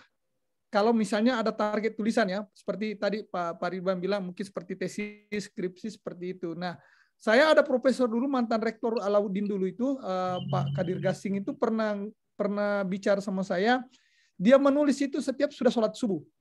Nah, itu juga budaya orang, jadi budaya orang lain kita kira-kira begitu. Sudah sholat subuh beliau itu menurut menurutnya kalau bukan mengaji dia menulis itu. Terus saya kira ada dialog. Ini saya mau tunjukkan teman-teman bahwa budaya menulis itu kapan saya, dan ada yang istimewa. Tradisi menulis itu tidak mengenal umur. Ya, banyak orang sudah Pak Quraisy sekarang ini sudah hampir 81 tahun barangkali masih terus menulis. Sampai ada doanya katanya, ini saya bagi kepada teman-teman beruntung yang hari ini bergabung. Ada doanya katanya Pak Quraisy bilang begini, Pak Quraisy Shihab, ya Allah, jangan dulu ambil nyawaku sebelum selesai buku ini. Berarti, nah begitu selesai bukunya satu, dia bikin lagi buku berikutnya, dia berdoa lagi. Ya Allah, jangan dulu ambil nyawaku sebelum selesai buku ini. Berarti, karena dia terus-menerus menulis, berarti umurnya panjang. Kira-kira begitu. Ini saya dengar langsung ada Zoom, ada adiknya Pak Quraisy, ada teman saya konfirmasi itu, dan benar. Itu salah satu doanya Pak Quraisy, bahwa setiap saat dia menulis buku, dan ketika dia sementara menulis buku ya dia sering berdoa, ya Allah panjangkan umur saya biar selesai buku ini, begitu berikutnya. Saya kira itu cara juga untuk memperpanjang umur dan memperbanyak karya tulisan. Nah, kembali lagi bahwa ada dialognya, kalau tidak salah dialognya Imam Syafi'i dengan muridnya itu, apakah Hambali ataukah, nanti dikoreksi teman-teman, tapi 2 imam ini berdialog sampai larut malam. Nah, ketika itu ada anak, kalau tidak salah anaknya Ibnu Hambali itu tanya ke bapaknya, kenapa itu? Kan dia selalu memuji-muji gurunya. Imam Hambali kan selalu memuji gurunya. Kalau pokoknya ini ada 2 imam dalam fikih itu berdialog itu. Nah, jadi katakanlah satu murid, satu guru memuji terus gurunya di hadapan anaknya. Nah, anaknya mendengar bahwa bapak saya kok selalu memuji gurunya ya, kenapa? Nah, dia datang gurunya itu di rumahnya, tapi gurunya ini tidak pergi sholat subuh. Anaknya protes, lah tanya bapaknya, lah katanya gurumu hebat, gurumu alim, gurumu kok kenapa dia tidak pergi sholat subuh? Nah, ternyata ditanya, dia tanya guru, bilang itu anak saya nanya, kamu kenapa guru tidak pergi sholat subuh tadi berjamaah di masjid? Dia bilang saya menulis. Nah, itu juga kesimpulannya bahwa orang ini bisa meninggalkan sholat berjamaah, ya tentu tetap sholat, tapi dia karena dia mau menulis, ada persoalan umat yang dia harus jelaskan dalam fikihnya itu, nah, dia tidak pergi. Nah, kesimpulannya apa? Bahwa ketika ada gagasan teman-teman, tulislah itu, kalau perlu tinggalkan dulu yang kegiatan lain, yang tidak perlu lah, kira-kira begitu. Dalam arti tentu sholat wajib, perlu, Dan lebih bagus lagi Anda tinggalkan dulu tulisan sholat dulu, tapi kan bisa juga ditunda beberapa menit. Yang penting jangan tinggalkan sholat, ya. Saya harus pertegas itu bahwa menulis itu untuk supaya tidak terputus ide, bisa meninggalkan sementara pekerjaan, tapi kalau ibadah ya tentu yang namanya sholat tetap perlu dilaksanakan karena itu kewajiban. Terus kira-kira itu Pak Ridwan, bahwa memang memilih waktu itu tergantung stylenya orang. Mungkin seperti ada orang sibuk. Nah ini Pak, pengalamannya lagi Pak Nasarudin Umar itu, ini di buku ini yang bercerita tentang Pak Hairul Tanjung. Pak Hairul Tanjung katanya itu juga penasaran. Ini Pak Nasarudin ini termasuk Pak JK, Pak Yusuf Kalla juga penasaran. Ini Pak Nasarudin tulisannya banyak di koran, tulisannya banyak bukunya.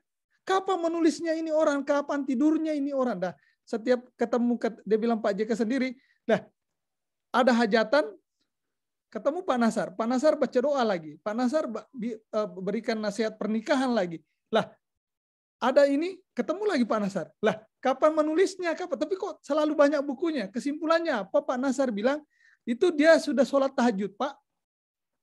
Sudah sholat tahajud itu dia menulis. Dan saya kira sekarang ini hampir tiap hari ada tulisannya beliau itu di Republika. Di Republika atau di detik.com. Nah, itu sekali lagi Pak Ridwan dan teman-teman, pilih waktu silahkan. Yang mana teman-teman merasa mungkin seperti Pak Fuad karena dia orang birokrat, ya mungkin ketika tidak banyak pekerjaan dia menulis lagi. Bukunya juga sudah hampir jadi, kira-kira begitu. Nah, itu kira-kira yang mencari momentum itu tergantung style kita. Kalau saya, terutama setelah saya tadi sholat duha. Terus misalnya di pertanyaan tadi masalah itu Suwardi dengan misalnya Sincan dengan siapa namanya ini, Abdul Muin. Nah, saya kira ketika Anda menulis sendiri, itu yakin dan percaya kalau Anda tulis sendiri, misalnya Suwardi menulis tentang sejarah bapaknya, itu yakin dan percaya itu asli. Tidak mungkin ada orang lain. Berarti itu bukan plagiat, bukan karya orang. Yang penting mulai dari menulis dulu yang ringan-ringan aja dulu tentang mungkin pengalamannya, misalnya belajar di mana, belajar apa, kalau belajar di sekolah, belajar di apa namanya di universitas, atau ketika belajar di sana di Pare Kediri belajar bahasa Inggris boleh. Nah, itu sekali lagi yakin dan percaya karena memang yang namanya kejujuran itu harus ditunjukkan bahwa apa namanya karya kita itu adalah kita bisa klaim, dan kalau karya orang bilang karya orang kira-kira begitu. Nah, makanya itu tadi ada etika akademik tadi itu ada 2 link itu. Saya mungkin faktor sinyal itu menunjukkan bagaimana cara mengutip, tetapi sekali lagi itu bahasa Inggris dan teman-teman bisa googling itu cara menulis karya ilmiah itu ada etika-etikanya, bagaimana bisa mengambil pendapat orang, baru letakkan bahwa ini menurut si A atau menurut si B, kira-kira begitu. Nah, terus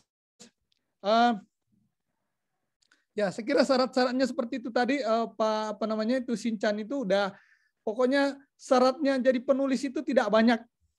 Yang penting ada komitmen. Ketika Anda punya komitmen mau mencetak buku atau mau melahirkan buku, insya Allah jadi. Dan orang bilang ketika ada punya hajat, niatkan, lakukan. Nah, kalau misalnya si Pak Guru ini, Pak Abdul Muin menyatakan gimana merangkai kata, gampang menurut saya. Menulis saja dulu, jangan dulu ya, maaf ya, mungkin era saya itu karena era saya itu belum ada HP.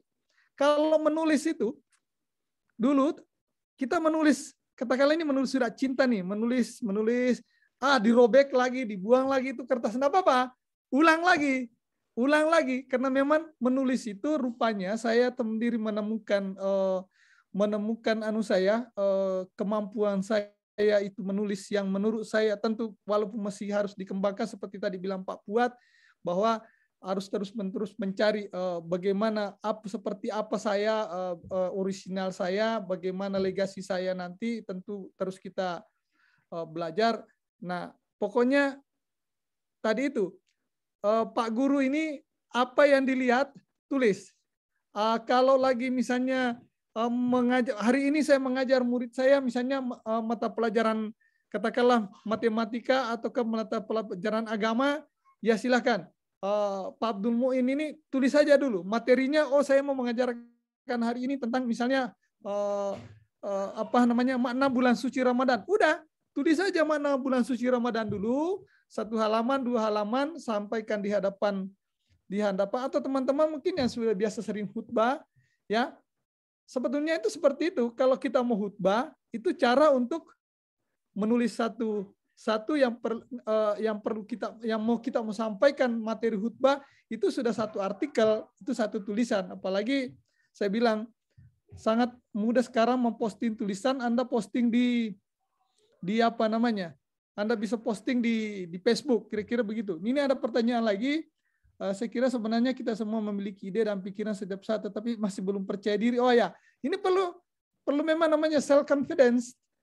Anda harus berani, dan ingat, resiko penulis itu kalau dikritik jangan pernah takut. Dan karena orang bilang tulisan itu sama dengan kata-kata, kalau saya sudah ucapkan itu milik orang lain. Tulisan kalau Anda sudah posting di Facebook itu sudah milik orang lain. Orang lain bisa bully Anda, orang lain bisa memuji Anda, orang lain bisa mengutip pendapat Anda, orang lain bisa katakanlah kasih like, jempol dan sebagainya, itu boleh. Tapi kalau misalnya ada yang kasih menjelekkan, ada menyatakan ya maaf saja, tapi perlu hati-hati. Perlu hati-hati. Saya bukan juga sekali 2 kali ada yang kenapa itu? Kenapa itu? Tapi karena saya sekali lagi kalau punya keyakinan bahwa yang saya tulis itu ada datanya, itu saya kira saya tidak ragu. Nah, seperti lagi Pak Ridwan tadi, pertanyaannya juga masih momentum. Momentum itu jangan tunda. Karena misalnya begini, misalnya hari ini saya dengarkan Zoom itu katakanlah Profesor Pak Nasaruddin Umar atau misalnya Pak Quraisy lagi dulu waktu saya di TV itu, katakanlah 2019 kayaknya itu, saya sering hampir tiap hari posting di Facebook. Jadi kalau subuh itu saya nonton Metro TV dan saya dengarkan Pak Quraisy memberikan itu katakanlah kuliah Ramadan itu di Metro TV. Saya dengar, saya tulis. Setelah itu, setelah sudah sholat duha, saya tata kalimat itu, saya posting di Facebook bahwa ini tadi kuliahnya Pak Quraisy di Metro TV. Itu juga cara untuk sekali lagi cara mengembangkan bakat menulis. Kira-kira begitu, teman-teman. Kalau masih ada, saya kembalikan kepada moderator dulu. Intinya bahwa apa yang ada di pikiran, kalau Anda mengikuti Zoom begini, Anda cepat bikin. Karena kalau mau Anda menunda itu adalah pekerjaan yang sangat kasihan kalau kita selalu menunda, karena menunda hari ini itu bisa terlambat. Tidak jadi tulisan itu kalau ditunda-tunda. Kira-kira begitu, Pak Ismail. Siap, Pak. Ya. Siap. Terima Mantap. kasih Kak Saleh. Boleh jadi tadi jawabannya Kak Saleh terkait dengan guru tak Prof. Nasaruddin Umar menulis di usai salat tahajud adalah praktek yang dilakukan oleh murid-murid guru tak Muhammad Nur. Karena dalam satu masa guru tak Prof. Nasaruddin Umar pernah nyantri pesantren di MDIA Taqwa yang di dekat Pasar Butung itu, dan beberapa murid-murid beliau, diantaranya juga Prof. Muhammadiyah Amin, lalu kemudian almarhum Prof. Saifuddin, itu kemudian terbiasa menulis setelah salat tahajud ataupun qiyamul lail. Maka ini boleh menjadi satu benchmark Bapak Ibu sehingga kita lakukan. Semua pertanyaan tadi setelah terjawab baik yang raise hand maupun melalui chat box, dan kita tiba di penghujung diskusi kita, dan mohon sekali lagi Kak Saleh memberikan closing statement termasuk soal mungkin dielaborasi kembali pertanyaan Arsam tadi terkait dengan percaya diri, Kanda. Karena boleh jadi kawan-kawan ini, Bapak Ibu ini punya ide, tapi tidak percaya diri. Jangan sampai tulisannya jelek dan sebagainya. Sehingga kemudian itu juga membuat perasaan kita tidak nyaman kalau dikatakan itu. Silakan untuk closing statement-nya, Kak Saleh. Oke, terima kasih. Ada 3 poin saya mau sampaikan. Pertama, bahwa kelompok ini, karena Pak Ismail ini kan bikin kelompok ini, saya sangat berharap teman-teman konsisten. Minggu depan kita ketemu lagi. Kita tunggu temanya dari Pak Ismail, dan tapi tetap kita konsisten pada tema bagaimana memiliki niat untuk menulis, memiliki semangat untuk menulis, dan mempraktekkan dalam bentuk menulis itu. Saya sangat berharap teman-teman itu bisa menulis apapun, bebas ya. Jadi namanya karangan bebas. Kalau kita dulu di sekolah disuruh menulis karangan bebas. Nah, tapi ada yang menarik itu adalah terutama teman-teman yang mau lanjut sekolah itu di luar negeri, ada namanya personal statement. Personal statement ini sangat penting untuk ditulis. Dan itu tulis adalah tentang diri kita. Misalnya, saya lahir di sini, saya besar di sini, saya sekolah di sini, saya dulu aktif di organisasi ini, apakah itu di Muhammadiyah, di NU, apakah di PII, apakah di apa namanya, apapun Anda lakukan selama saya aktif di OSIS. Nah, setelah itu saya pernah menulis ini, saya pernah mengikuti ini, itu namanya personal statement. Dan kalau saya masuk di sini, saya akan belajar ini, dan kenapa saya tertarik belajar misalnya di perguruan tinggi ini, karena saya begini, dan saya nanti kalau sudah alumni, saya akan membantu perguruan tinggi saya atau kampus saya, universitas saya untuk menyampaikan ini minimal kepada keluarga dan teman-teman organisasi saya. Itu namanya personal statement. Kalau teman-teman bisa mau menulis personal statement. Tetapi itu kembali misalnya tadi Pak Guru ini, Pak Abdul Muin, mau menulis tentang khutbah, itu sangat bagus. Anda kalau misalnya mau khutbah Jumat, Anda tulis materinya sholat Jumat, misalnya keutamaan bulan suci Ramadan. Wah, itu Anda tulis saja. Pokoknya tulis saja tentang, buka Google dulu.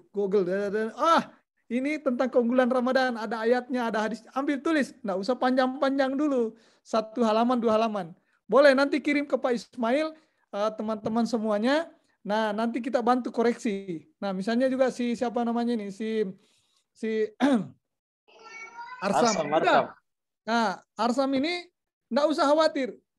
Nanti tulisan saya jelek, nanti tulisan saya ini namanya tidak punya percaya diri. Udah, tulis saja dulu. Tulis, setelah tulis, nah makanya itulah pentingnya yang namanya teman. Teman itu atau lagi orang yang kita anggap teman yang sudah memiliki kemampuan lebih daripada kita minta tolong sama dia. Dia lihat, dia bantu, oh ini. Ada teman saya dia tidak bergabung di sini, saya juga ajak, dia mau masuk di sini di kampus saya, dia bikin personal statement, saya udah lihat ini sudah bagus, ini yang dikoreksi, ini Anda perbaiki lagi, ini, dan sekarang ini caranya. Anda tidak, yang penting Anda sering-sering bertanya sama orang, dan kesan saya sekali lagi, tulisan itu tidak langsung bagus.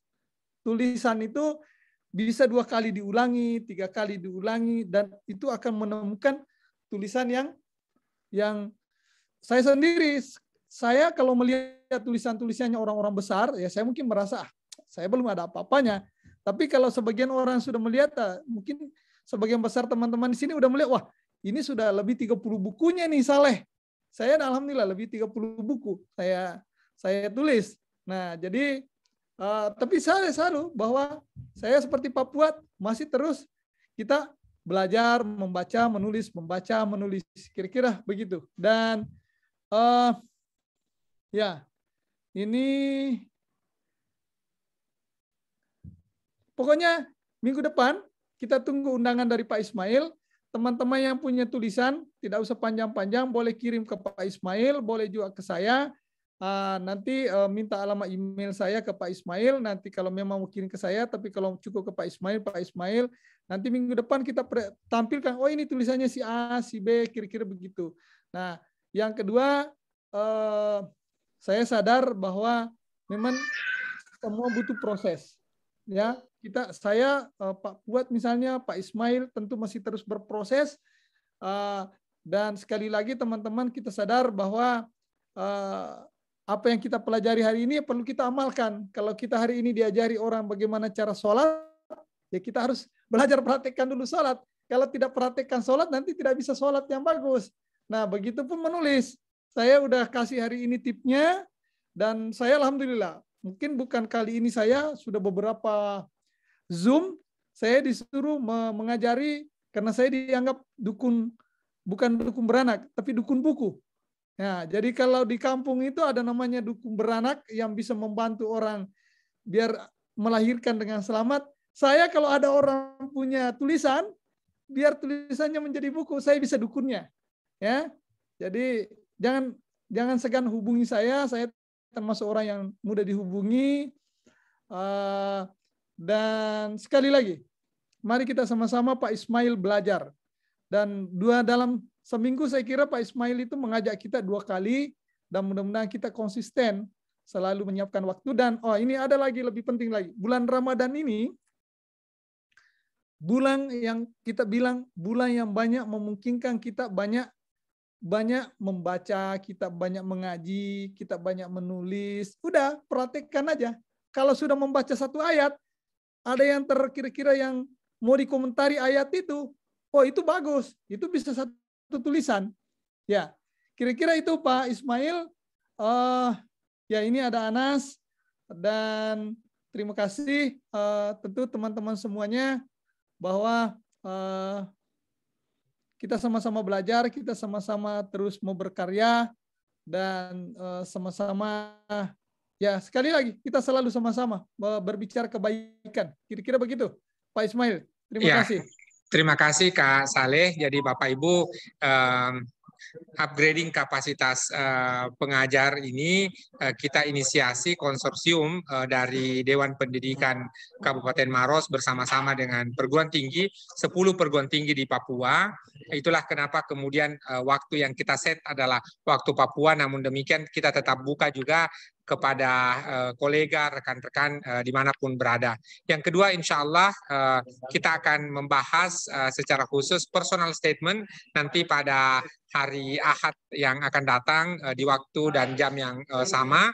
Mudah-mudahan insya Allah kita semua tetap sehat-sehat walafiat sehingga kita bisa melakukan itu. Dan kegiatan kita ini menjadi bahagian yang 4 kali dalam bulan April ataupun bulan Ramadan, dan alhamdulillah sudah 2 kali kita laksanakan, dan insya Allah hari Minggu yang akan datang adalah hari yang ketiga dan seterusnya.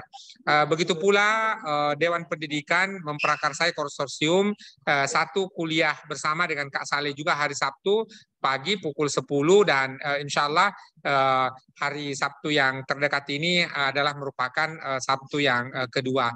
Tentu kebersamaan dengan Kak Saleh mudah-mudahan bisa tetap bertahan sampai seterusnya, dan terkhusus untuk Ramadan ini ada agenda-agenda yang kita laksanakan, termasuk setiap hari Ahad jam 10 kita ada diskusi terkait pendidikan Islam, dan tadi kita sudah selesaikan 1 diskusi bersama dengan Guruta Profesor Dr. Nasarudin Umar terkait dengan Asadiyah, dan dengan panel ada Prof. Adlin Sila dan juga Prof. Wahyudin Halim.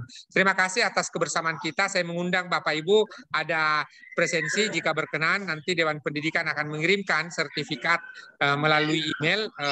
Ada presensinya di kolom chat box, silahkan diisi. Mudah-mudahan insya Allah kita tetap sehat-sehat walafiat, dan kita bisa bertemu pada hari Minggu yang akan datang. Sekali lagi terima kasih Kak Saleh Muda yang telah berkenan menjadi fasilitator diskusi kita pada malam hari ini waktu Indonesia, masih pagi di waktu Connecticut di tempatnya Kak Saleh. Mohon maaf atas segala kekurangan Bapak Ibu jikalau dalam memandu diskusi ini ada hal-hal yang kurang, dan bagi yang muslim mari saya mengajak kita untuk menutup diskusi ini dengan sama-sama membaca hamdalah. Alhamdulillahirabbil alamin. Selamat melanjutkan aktivitas. Billahi taufiq wal hidayah. Wassalamualaikum warahmatullahi wabarakatuh. Waalaikumsalam warahmatullahi wabarakatuh. Mana Hilmi? Oh, ada Hilmi. Makasih Hilmi. Terima kasih semuanya. Ya, selamat melanjutkan aktivitas. Ya, mudah-mudahan Connecticut semakin hangat Kak Saleh. Pak Saleh, terima kasih. Pak Fuad, terima kasih Pak Fuad.